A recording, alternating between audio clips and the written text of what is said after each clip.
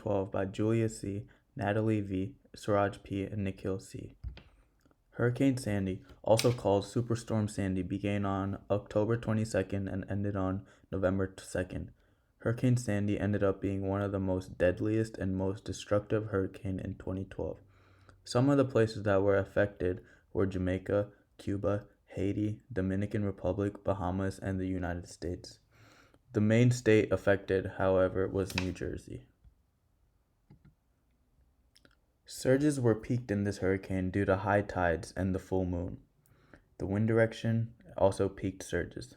This hurricane measured up to be more than 900 miles in diameter. Flash flooding was a main cause as well. The storm swept through the coast and resulted in rainfall records being broken.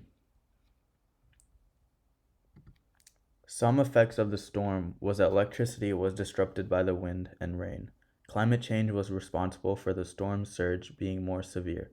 As you can see in these pictures, the aftermath looked scary.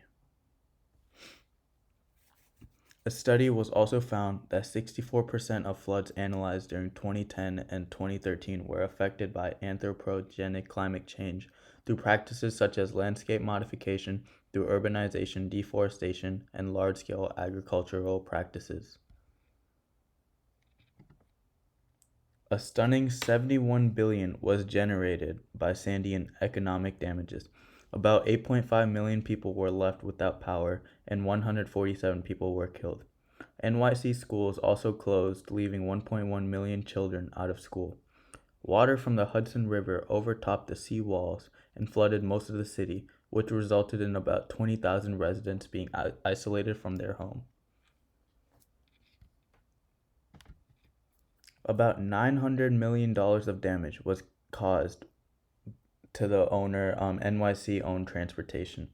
Flood damage in Haiti left more than 70% of the crops destroyed. Overall, most of the agricultural activities at the time were destroyed due to the hurricane. Flood water became contaminated with raw sewage and destroyed more crops. Higher concentrations of E. coli was found in surface water used for drinking.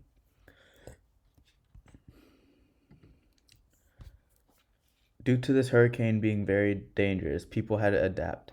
And some people adapted by lifting their houses and buildings to avoid floods. They had to lift their houses to almost 4 feet above ground in order to waive the cost of insurance for flooding.